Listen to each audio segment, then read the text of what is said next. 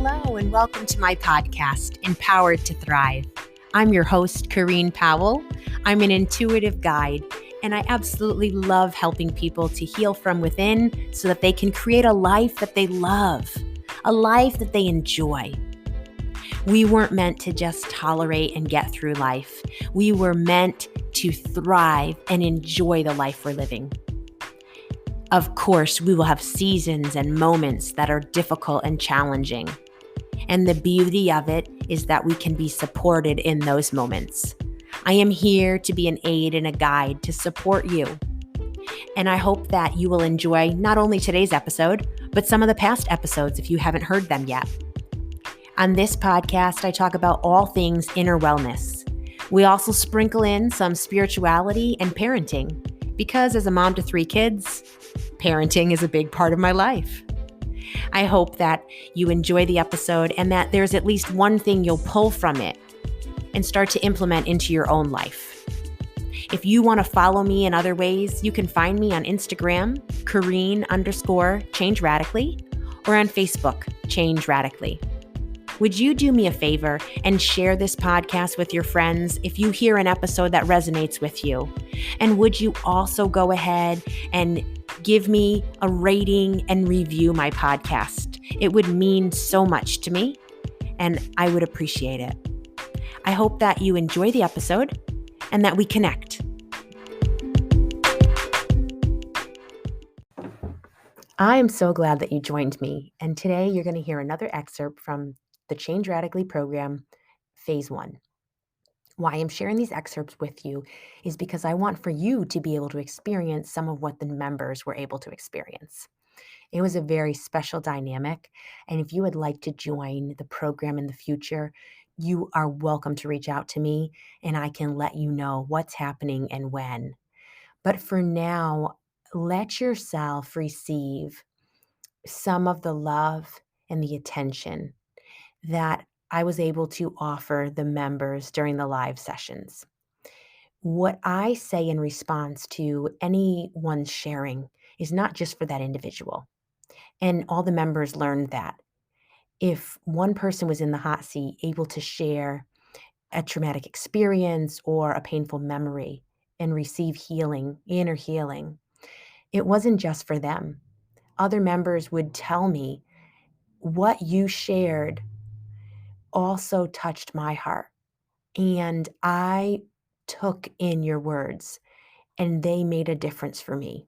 So I hope that you experience the same, that you will be touched by love, that you will experience some comfort as you listen. And I am very close by if you need to reach out and you have anything that you want to share about your own life. Please feel free to send me an email, Corrine@changeradically.com. So the concept of self-compassion is to be kind to yourself and seeing yourself through eyes of love with empathy. And for any of us that were more familiar with thinking of ourselves negatively, critical, if we grew up in a toxic environment where people were negative and critical of us, self-compassion is not something that normally comes naturally. It has to be learned because we learned a different way of living. So, how many of you feel like self-compassion is something that you need to deepen and grow in still? 100%. All right. Well, then we're all on the same page. So that's great because that's why we're here. This next portion of the audio is my response to one of the members after she had shared about some of the deep wounds of her heart. You are full of kindness and compassion, and for the amounts of compassion and kindness that you've given out, it is now time that you're able to receive back some of that. And you're not taking it from anybody that you've given it to. You are actually just including yourself. And the invitation's always been there, but we're not always ready. And so I see, like now the gates open. And if you want to walk through it and join the others, you can include yourself and start lavishing love, kindness, and compassion onto yourself. It's an invitation, because underneath the feelings of unworthiness are actual voices and experiences that have said, you are unworthy. So it's an invitation to defy, like you already know, probably in a big way, who you are, that you're really this beautiful, kind soul. And so it's like people were saying these things about you, but they clearly didn't know who you really were. They weren't treating you in a way to reflect that they knew who you really were. And if they had, it would have been very different. I honor your life. You add beauty to this planet. You create change in the world. And I am so glad that you're alive. There's a celebration over your life. And the inner critic, that voice that you hear, right, is something that I know is very real. I understand it's very loud. And it's through the practice, and I really mean that, the literal repetition, the practice of countering those critical thoughts with the ones that are compassionate. That is one way to quiet that inner critic. And of course, it's in addition to always like noticing the kid we were and taking care of the inner parts of us, but the mind management, the practice of countering the toxic critical thoughts does prove effective over time. Because again, whether we're aware of it or not, there's always the inner dialogue going on. It's just as we become mindful and more aware of it, we get to decide, okay, is that thought going to be the one that we sit on? Or are we going to counter it with something that's not positive for the sake of positivity, but for the sake of the truth that we actually need to redefine? Like I said, someone defined something about us. Did they really know who we were? Did they really know? Because the way they defined us isn't accurate. So now we get to take charge and reparent and change that inner narrative. So that might be something some of you want to focus on this week, is as you catch those thoughts, countering them with something that's kind, compassionate, a bit positive, whatever it needs to look like for you. We have a little bit of time left. I know I've kind of like spoken intuitively to some of you already, but is there anyone who does want to sit in the hot seat and share with us a memory, an experience that you've had, and receive some love and attention for your inner child? Sometimes, like throughout the day, like when you're busy, like it's hard for me to stop and think of how I feel in certain ways. Is because of my inner child, or is it just because of like what's happening? Or can you expound on that a little bit? It's hard for you to think of how you feel. Is that what you said? Like it's hard for me to narrow it down. Like, oh, this is. Sometimes I can associate like that's probably because of my inner child, like the feeling of not coming through on things, But sometimes when things happen and I get frustrated so quickly, and it's not even a big deal, like I wonder am I not noticing the inner child of what's not being hard to put it to words, I guess. It's sometimes hard to like pinpoint, okay, I'm feeling this way because my inner child felt that. Like as I was watching your video, I was trying to think of, you were talking about how you felt as a kid, and in moments like you'll talk to yourself and like, talk to the little girl. And sometimes it's hard for me to get there. Yeah. Do you have any ideas on why it's hard to get there? Yeah, that's why I'm not sure. Like, I don't know if it's Oh. just I'm stuck like in this adult head, like, Okay, that's fine. Yeah. or like I just don't know how I don't get there. Okay. Yeah. So not everything is connected to inner child, but because so much of it is, it's why I'm kind of like, oh, inner child, somewhere the kid inside of you probably experienced rejection and you don't know people like you. So that's why I just go back to inner child. I think even that is a practice. It's something that we learn to become aware of. It's not something that I always was aware of, for sure not. And so over time, you'll probably notice even more your inner child, or you'll connect the dots. Oh, this is happening because, and it's not here nor there. It's not like, oh, I'm doing something wrong because I can't connect the dots. Not at all. It comes on the healing journey. Like the more that we remember more as we heal, because we don't need to remember it all right now. If you remember it all right now, it would be overwhelming. It would be too much. So it's okay that you're not always sure, and it's for your good. And everything, I believe things like happen as they're supposed to. So, so yes, sometimes it's literally just we're too busy and we need a pause. We need to breathe.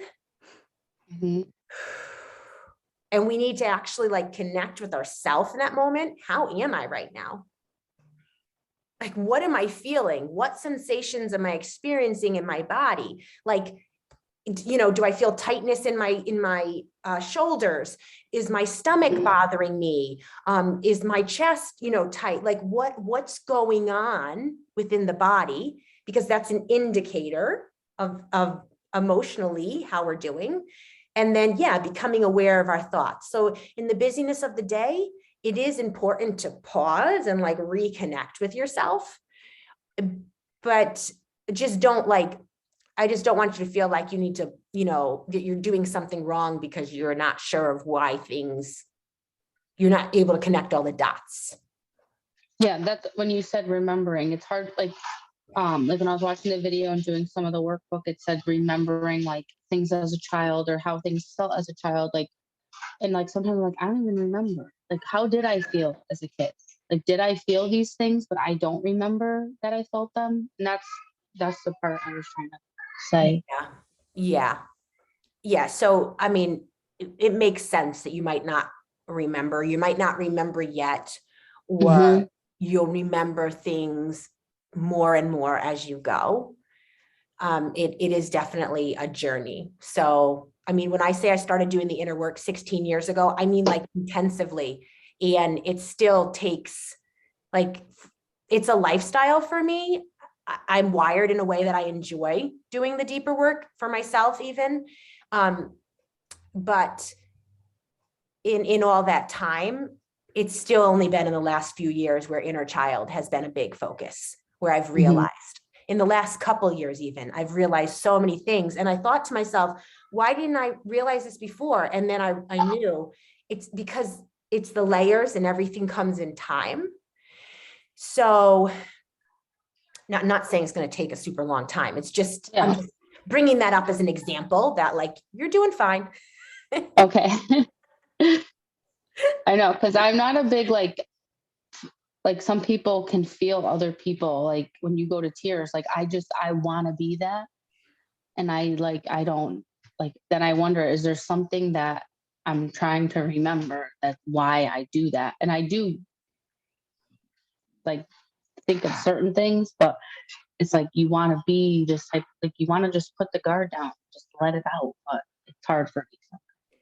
It's hard, right? And so just giving yourself permission that it can take as long as it needs, because you're right. You've learned to armor up. You've learned that you better suppress your emotion and push it down because it's not going to be good to let it out. So now you're having to relearn a completely new pattern. And if you're still there's people that I'm with where I literally can tell I hold in my emotion. I do not want to let it out because I do not feel safe around them. So if I let it out, I don't know what they're going to do with it. Mm-hmm. So, but that used to be many more people. I held it in. I just look strong or whatever. So as you feel safe enough, as you learn that you're actually safe within yourself, you may feel like you start to even connect with the emotion more. And as you shared with me though, it's a learned pattern. Your body knows you feel emotion, you push it down, you turn it off. So like now your body's having to learn a whole new way, your mind and your body. And it takes time. Yeah, like even when my boys were born, like I see all these women crying and like I love my boys. Like I love them so much. And I'm like, why can't I cry? Like I want to. Like I'm holding this life. Like I love every part of motherhood, breastfeeding. I just love it. So like I never could just like hold them and cry. Like I'd have to be like upset. Yeah. And I'd want to cry for being like, it's not that I want to be a crier every second, but I want to be able to be happy and like in a moment and like just feel like this is amazing. Like, and that part's hard. So what do you think about talking, like basically confronting yourself this week in a kind way to be able to say, just like you've been doing with the high fives and all, hey, Mariah, I give you permission to feel and to experience whatever emotions you want. I give you permission to cry if you want to cry. And I am okay if you can't get the tears up, like where you're actually acknowledging to yourself, you're free to do whatever it is you want, but you're also not going to sit there and be like, why aren't you crying right now when you could be, like, I don't know how that feels to you, but I wonder what part of your own self needs you to acknowledge what it's allowed to do now and giving it permission to change the way that you had to operate. That I don't have to operate the way I did when I was a kid. No, that makes sense. Yeah, you're hearing me exactly what I feel. So I'll just affirm real quick that, you are allowed to feel the whole range of emotion. And if that means tears come, it's okay. It doesn't mean you're not strong enough. It doesn't mean you're weak. It doesn't mean you're a crybaby.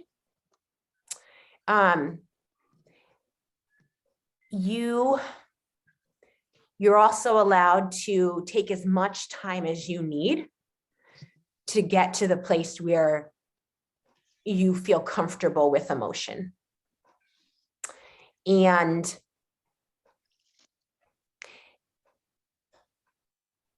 do you ever remember has there ever been a time where somebody made fun of you for for expressing emotion? I don't know. I remember like if I was ever like, I remember being in Mrs. R's class, like I would literally, my face would be so red because I did not want her to, and I don't know why. Like she used to just be like, what's the definition of this, Mariah? Like she always used to just, if you remember, but like that, I hated being like the attention put on. I didn't, and I'd literally be like, and then finally one time she's like, you can say, I don't know, I'll go to sleep. So every time she called me, I'd say, I don't know. Like I couldn't think on the spot. And that's the moment I would want to cry. Like, and I would hold it in so hard. Like I'd bite my teeth and I just sit there. Like, I just want this class to be over. That's the only thing I can think of, like not being made fun of, but like I felt targeted and I didn't like that feeling.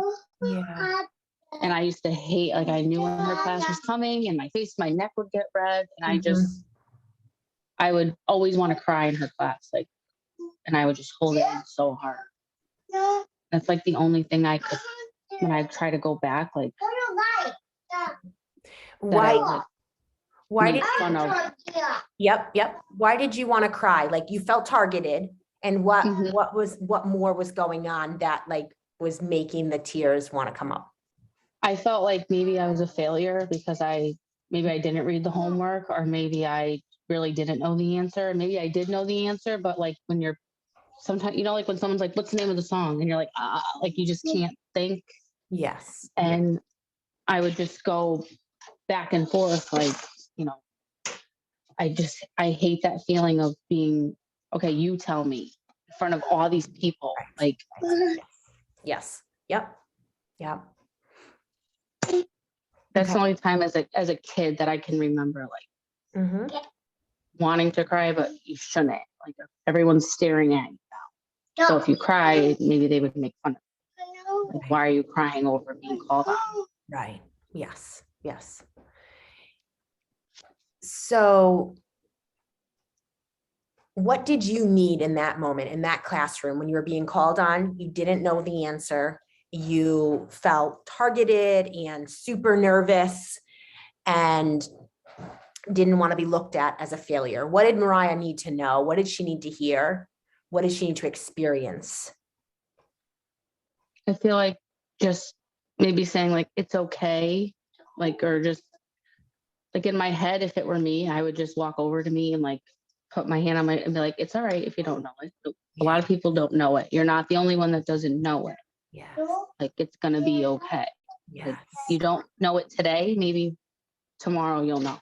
Yes. Like, just not like so harsh about it, maybe. Like, yeah. if I see myself, that's what I see me doing now.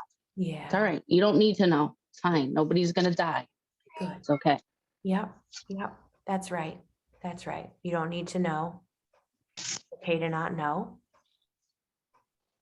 And do you feel like, as you say that to your younger self, do you feel like she needs anything more? Does she need a safe place? Does she need to cry with you as if nobody else is in that classroom? Does she need anything more? I feel like just going like this made my shoulders go down. I felt like I was literally like just it's all right. Like if you're just sitting behind and you just put your hands, like, it's okay. Good. The world's not gonna end. Like just someone knowing like it's all right. Good. All right. Beautiful. Yes. What you did. So what Mariah just did there is exactly. It's perfect, because that is us going back and reparenting, self-parenting For a minute. our inner child. And she literally felt her body's response because she was visualizing her adult self putting that loving, soft hand on the shoulder, safe, loving touch. And now she felt a response within her own body because of it. So it's what I do with you. It's also what you can do with yourself when you feel comfortable. And again, if you don't feel comfortable, that's fine. There's no need to have to do that. It's just a way of helping yourself heal if it feels like you can, it's also what I do for myself. And the more we become compassionate towards ourselves, the more we actually take care for our inner child, the easier it is to do something like Mariah just did. Because of course it isn't easy if we don't hold love for ourselves. Like, it would be very hard. So I just don't want any of you to feel like you need to bully yourself or shame yourself if you're not ready to do that. That is okay if you're not ready to do that. But if you are, then you can take opportunities this week. If there's, things that come up and you realize, oh, this is something that I think my inner child is experiencing and I'm remembering it right now, then you can offer some compassion to that part of yourself. I just want to say thank you, because that's exactly what I was saying. Like, I don't know how to stop in the moment and talk to and I literally felt that. So like, thank you. Yeah, good for you. You just did it. Yay. I want to just close then by reminding each one of you that you are very special, you are significant, you are not alone. You may have experienced many moments of your life where you were alone, where help was not close by. And I want you to know that that is not the case anymore. Help is close by. Help is very near. And when you need to reach out, you can. And send you off with so much love and courage and strength that in the moments where you feel helpless, you feel weak, you feel bullied, that you would sense and know within the deepest parts of who you are that may have been your reality once, and it may be still your reality at certain times, but there is a lifeline. There are supports. There are ways now to reach out. I know, I don't know the timeline, right? I can sit here and say, it's not always going to be as hard as it's been. And I don't know the timeline, but I'm not just trying to say nice things. I really do believe that as you link arms with me, that I can confidently tell you life is not always going to be as hard as it's been. So I'm proud of each one of you. We've come to the end. What did you think about what you heard?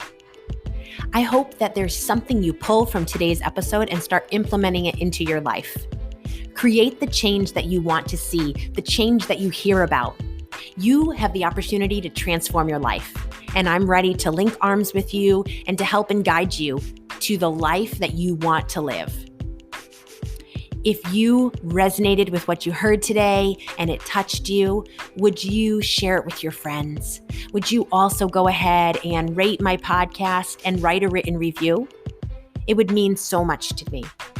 I hope that we'll connect, whether it's for a session or just to connect because I enjoy meeting new people.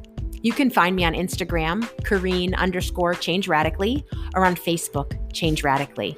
You can also always email me, Kareen@changeradically.com. If you have thoughts, questions, or anything that you just want to talk about, send me an email. I hope that you have a wonderful week. But no matter what your week is like, in the moments that are quiet, maybe it's when you pillow your head at night, or when you're driving in the car or taking a walk, or maybe it's going to be in the midst of the chaos with your children or the craziness of work. I hope that you'll remember how significant you are, that there is meaning and value to your life, and that I, for one, am so glad that you're alive. Catch you again next week.